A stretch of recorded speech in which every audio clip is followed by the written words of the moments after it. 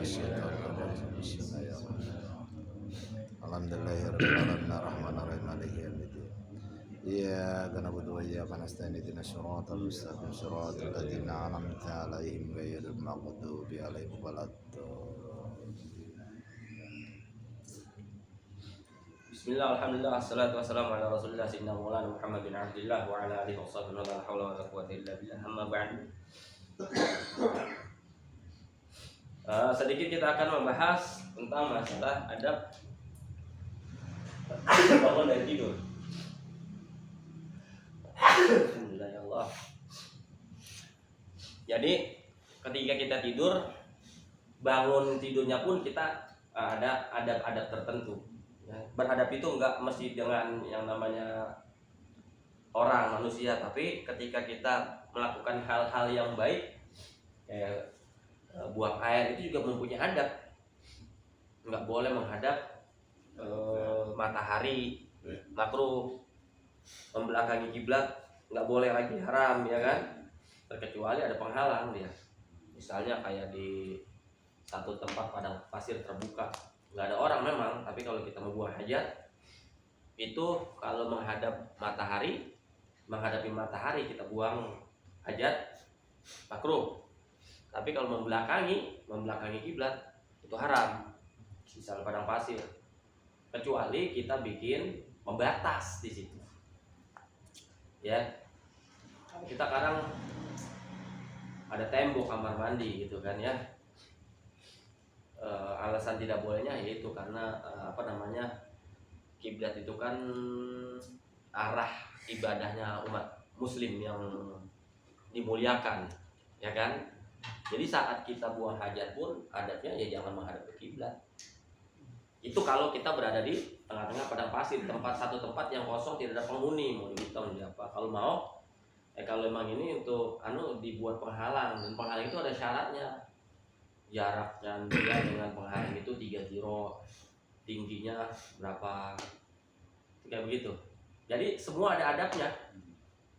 Nah, Rasul ketika buang hajat dengan mukjizatnya, beliau itu luar biasanya. Rasulullah itu ketika buang hajat, Rasulullah ini adalah manusia yang paling malu, dan malunya lebih daripada wanita. Itu Rasulullah mempunyai sifat malu, dan malunya lebih daripada seorang wanita. Rasul nggak pernah membuka auratnya, karena memang hukumnya wajib menutup aurat. Rasul nggak pernah membuka aurat, bahkan nggak pernah melihat auratnya sendiri. Berbeda dengan kita. Nah, Rasul ketika ingin buang hajat mencari tempat di mana tempat yang tidak diketahui oleh orang, maka beliau memanggil pepohonan, dipanggil. Maka pepohonan itu bergulir datang dengan akar-akarnya menutupi beliau. Nggak kelihatan kan? Sahabat nggak bisa melihat. Dan luar biasanya kotorannya itu langsung ditelan oleh bumi. Ketika Nabi atau Rasulullah itu buang hajat, maka kotorannya saat itu udah nggak ada, ditelan oleh bumi. Itulah kemuliaan Nabi kita Muhammad sallallahu alaihi wasallam. Manusia yang nggak pernah nguap kayak kita. Ngantuk juga gue. Kayak kita tuh kalau adab juga nih adab. Kita tuh kalau nguap depan orang itu jangan bunyi. Itu nggak ada adabnya, itu nggak boleh. Tutup. Ini adab namanya. Kenapa? Tapi tangan kiri bukan tangan kanan ya. Begini, bukan begini tapi begini tuh. Ini adabnya. Kalau bersih ditutup. Begini adabnya. Ini adab namanya ya. Ketika nguap, kalau ngantuk kan kita nguap kan, nguap. Terus makan nggak panjangan, langsung naik banget, nguap. Ditutup. Dan jangan sampai bunyi, depan orang. Itu nggak ada adabnya. Nggak boleh. Kayaknya kedengarannya nggak enak banget ya, deh, ya kan? Apaan sih gitu kan? Kayak nggak ada adabnya gitu. Dengan tangan kiri tutup. Kenapa? Agar setan tidak masuk ke mulut kita. Itu Rasulullah manusia yang nggak pernah nguap dan nggak pernah dihinggapi oleh lalat, karena tubuhnya Rasulullah itu wangi. Allahumma sholli wa sallim wa barik alaihi. Tubuhnya Rasulullah itu wangi. Jadi lalat nggak pernah hinggap. Ada dua manusia yang nggak pernah dihinggapi oleh lalat. Rasulullah, Firaun. Kalau Firaun karena pakai wangi-wangian. Kalau Rasulullah nggak pakai wangi-wangian, emang tubuhnya wangi. Jadi kalau ada orang yang mengatakan kita memuji Rasulullah berlebihan sampai dikatakan gulu, musyrik sama tetangga-tetangga sebelah yang beda paham sama kita, sebelum kita memuji Rasulullah, mengagung-agungkan Rasulullah, Allah sudah mengagungkan Rasulullah dengan tubuhnya yang wangi. Ya kan? Logikanya kan kayak begitu. Tubuhnya udah wangi Rasulullah, siapa yang ngasih? Yang membuat tubuhnya wangi? Ya Allah. Makanya nggak pernah dihinggapi oleh lalat. Kalau berjalan nggak ada bayangannya, nggak kayak kita. Itu Rasulullah hebatnya di situ, luar biasanya, ya kan? Waduh, betapa indahnya Rasulullah.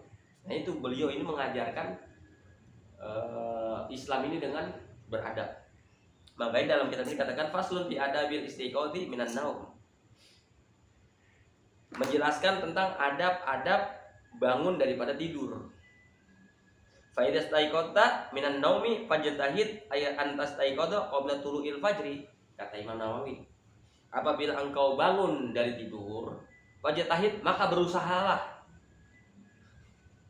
Nembak buat kita nih, antas taikodo qabla tulu'il fajri. Hendaknya bangun sebelum fajar. Deket kesiangan subuhnya. Ya kan? Subuhnya kesiangan. Kadang nggak subuh lagi. Ya kalau subuh kesiangan terus di kolong ada sholat masih mendingan. Ini kagak sholat sama sekali. Ya kan? Pernah kita ngerasain begitu? Ya pernah. Manusiawi. Ya kan? Nah ini dikatakan adabnya kalau kita mau bangun, kalau kita bangun dari tidur, ini tidur malam maksudnya, maka usahakan bangun sebelum terbitnya fajar. Subuh maksudnya sebelum subuh. Ya, kemudian dijelaskan hadis tarjamatu sakitotun fi ba'di nuskhi. Arota al-istiqadha minan naum li tahsilil fadilatil udma. Tujuannya agar kita mendapatkan keutamaan yang sangat besar. Kenapa? Apa keutamaan yang sangat besar? Ya Allah, dunia beserta isinya itu milik kita. Betul nggak? Betul. Betul. Kita kadang-kadang pengen dunia jadi milik kita kagak bangun. Karena kata Nabi, rakaatal fajri khairum minad dunya wa ma fiha. 2 rakaat sebelum subuh, arti sholat sunnah ya.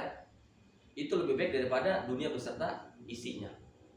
Orang yang kaya itu sebenarnya adalah bukan orang yang mobilnya ada 2, rumahnya 3 tingkat, buandanya banyak, hartanya berlimpah, bukan. Orang yang sebenarnya orang yang paling kaya pada hakikatnya adalah itu yang bangun sebelum subuh nih, kemudian dia menjalankan ibadah sholat subuh dan mengerjakan sholat sunnah sebelum sholat subuh. Paham? Tujuannya agar kita mendapatkan fadilah itu, keutamaan itu. Nggak usah berebut dunia kita. Beda memang rasanya kalau kita sudah bisa istiqomah bangun sebelum subuh dan bisa melaksanakan 2 rakaat sebelum, hati tenang. Pernah nggak rasa begitu? Hati tenang bawaannya. Nah itu namanya rezeki yang paling indah. Iya, benar, rezeki paling enak itu hati kita tenang, bawaannya sejuk, enak. Oh, itu rezeki. Tenang, jawabnya kata gua. Enak. Baca tahid fi talabi ayastaiqadha min tulul fajri. Untuk apa? Litusholliya awwalal waqti, agar engkau bisa melaksanakan sholat pada awal waktu. Li'anna taqlis, karena sesungguhnya taglis ini taglis ini berjalan pada waktu akhir malam, di waktu gelap maksudnya. Engkau berjalan di waktu gelap, orang masih pada tidur, kita udah ke masjid. Ya enggak? Li'anna taglis aula minat tanwir. Engkau berjalan di waktu subuh, sebelum subuh di waktu gelap itu lebih utama daripada cahaya lampu. Paham enggak? Kenapa? Li'annal insana idza syara'a fi sholati min awwalil waqti wa fi dzalikal waqti dzulmatun kanat malaikatul laili hadiratan. Karena orang yang bisa memulai sholat di awal waktu pada waktu yang disebutkan tadi, ya gulap-gulap udah sampai masjid, udah gitu kita bisa melaksanakan sholat tahajud lah, taruh kan, dan masih 20 menit lagi, masih bisa nggak tahajud kan? Kita laksanakan sholat tahajud. Tambah lagi habis adzan kita 2 rakaat. Waduh, dunia itu milik gua hayal lain kontrak semua dah ya. Dunia ini milik gua, yang lain kontrak begitu. Ya. Pada saat itu, wa bidzalikal waqti dulmatun kanat malaikatul laili hadiratan. Saat itu malaikat hadir. Di waktu yang sangat gelap di malam itu malaikat hadir. Tsumma idza imtadat as-salatu bisababi tartil qiraati hatta dhuhal dawi kanas malaikatun nahari hadiratan aidon wa hum yashhaduna sholatan. Begitu juga apabila engkau melaksanakan sholat dengan sebab tartil Quran, artinya sebelum waktu sholat kita mengerjakan ibadah membaca Al-Quran, tartil Quran, hatta dhuhal daw, sampai menunggu setelah itu kita menunggu cahaya itu menerang. Akhirnya udah siang, maksudnya gitu kan. Setelah sholat subuh kita nggak ada aktivitas apa-apa, melainkan kita berzikir, baca Quran gitu. Ya kan? Kanas malaikatun nahari hadiratan. Malaikat nggak kemana-mana. Sampai siang malaikat bareng sama kita duduk di situ, nemenin kita. Makanya dibilang doanya ijabah. Bahkan kata Nabi, siapa yang setelah sholat subuh ia tidak bergeser dari tempat duduknya, kemudian sampai matahari terbit dan dia melaksanakan sholat 2 rakaat gitu kan, maka baginya pahala haji dan umroh taman yang sempurna. Dia mendapatkan pahala haji dan umroh yang sempurna. Kita nggak bisa ke Mekah, nggak bisa ke Mekah untuk melaksanakan ibadah haji dan umroh. Tapi kita bisa mendapatkan pahala haji dan umroh, yaitu dengan mengamalkan setelah sholat subuh kita diam berzikir wirid dan dengan baca Al-Quran wirid kayak gitu kan. Maka saat itu malaikat hadir dan kita mendapatkan pahala seperti orang yang melaksanakan haji dan umroh dengan sempurna. Artinya ibadah haji kita diterima oleh Allah Subhanahu Wa Taala. Kalau sempurna diterima. Tapi orang yang ibadah haji di sana belum tentu diterima, belum tentu mabrur, betul nggak? Nah kita dengan di situ aja udah bertafakur dengan zikir baca Al-Quran, subhanallah kan? Setelah sholat subuh. Setelah sholat subuh. Ya, makanya pantangan jangan tidur lagi gitu. Ya. Itu sampai seperti itunya, hadirotan. Wahum yashhaduna sholatahu. Mereka malaikat itu menjadi saksi sholat orang tersebut. Bahwa Fulan bin Fulan dia menghabiskan waktunya untuk ibadah. Dari semalaman suntuk dihitungnya. Kata Nabi dalam hadis, man shallal isya'a fil jama'ati fa ka'annama shalla nisfal lail. Wa man shalla subha fi jama'atin fa ka'annama shalla kullal lail. Siapa orang yang sholat isya berjamaah, kata Nabi, di masjid nih. Siapa orang yang sholat isya berjamaah, maka seakan-akan dia telah menghidupkan setengah malamnya. Kemudian waman sholat subha, dan barang siapa yang melaksanakan sholat subuh fi jama'atin secara berjamaah, faka'an nama sholat kullal lail. Seakan-akan dia telah melaksanakan ibadah sholat semalaman suntuk. Tuh itu maksudnya kayak begitu.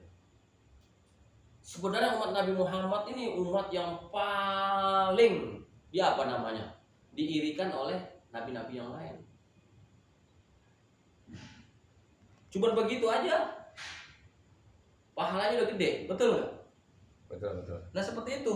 Wa aidan al insanu idza syara fi sholati subhi min awali hadzal waqti famtadat al qiraatu fa fi adna'i hadzal waqti yang qalibul alima min adh-dhulumati ila dhawi. Itu luar biasa tuh. Jadi dia bisa mengubah yang qalibul alim min adh-dhulumati ila dhawi. Yang qalibul alam min adh-dhulumati ila dhawi. Bisa yang alam gelap itu bisa menjadi terang. Maksudnya begitu. Malam kan gelap. Ya kan? Tapi bagi dia itu seperti terang gitu. Terang, enggak membutuhkan lampu, lentera.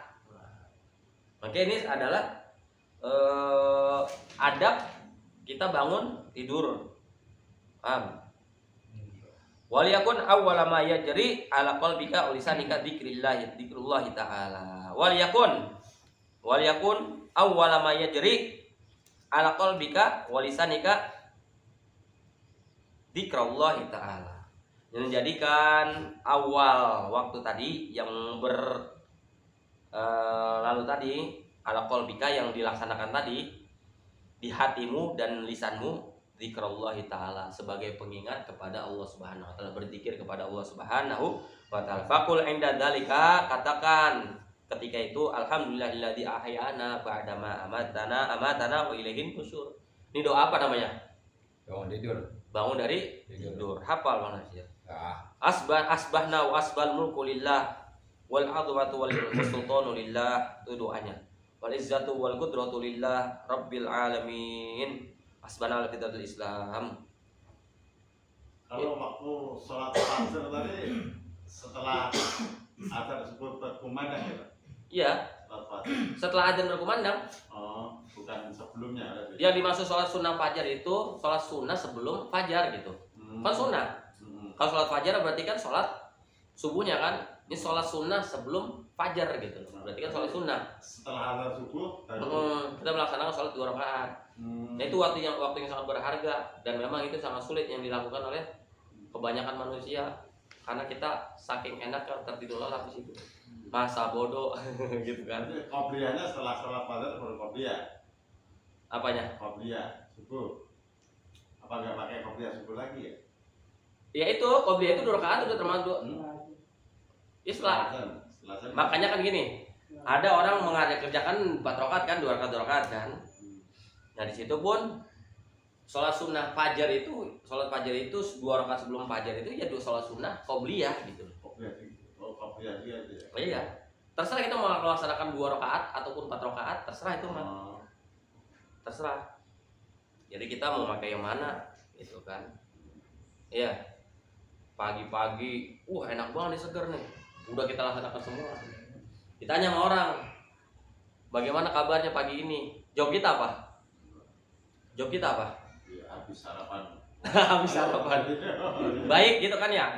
Baik. Iya. Sebenarnya dianjurkan ketika ditanya oleh saudara kita yang lain, apa kabarnya pagi ini gitu kan? Bagaimana pagimu? Jawabnya apa? Sebenarnya yang dianjurkan adalah alhamdulillah raditu billahi rabban wa bil islami dinan wa bi muhammadin nabiyya. gitu ya. Orang mukmin itu sebenarnya harus jawabnya begitu. Ketika ditanya pagi-pagi, bagaimana pagi ini kabarnya? Jawabnya raditu billahi rabban. Aku ridho Allah sebagai Tuhanku. Raditu billahi rabban wa bil islami dinan. Dan Islam sebagai agamaku. Panjang jawabannya ya. Wa bi muhammadin nabiyya wa rasulah, dan Nabi Muhammad sebagai rasul dan nabi.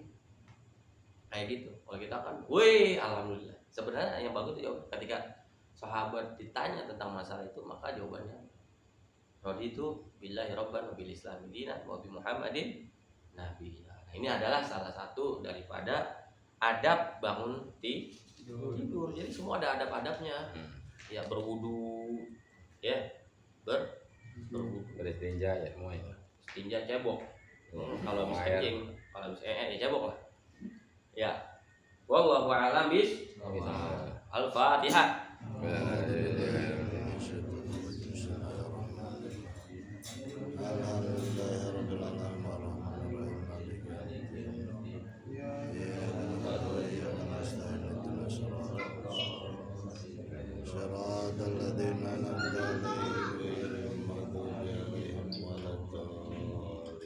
Ilahana ya ilahana ya sirlana.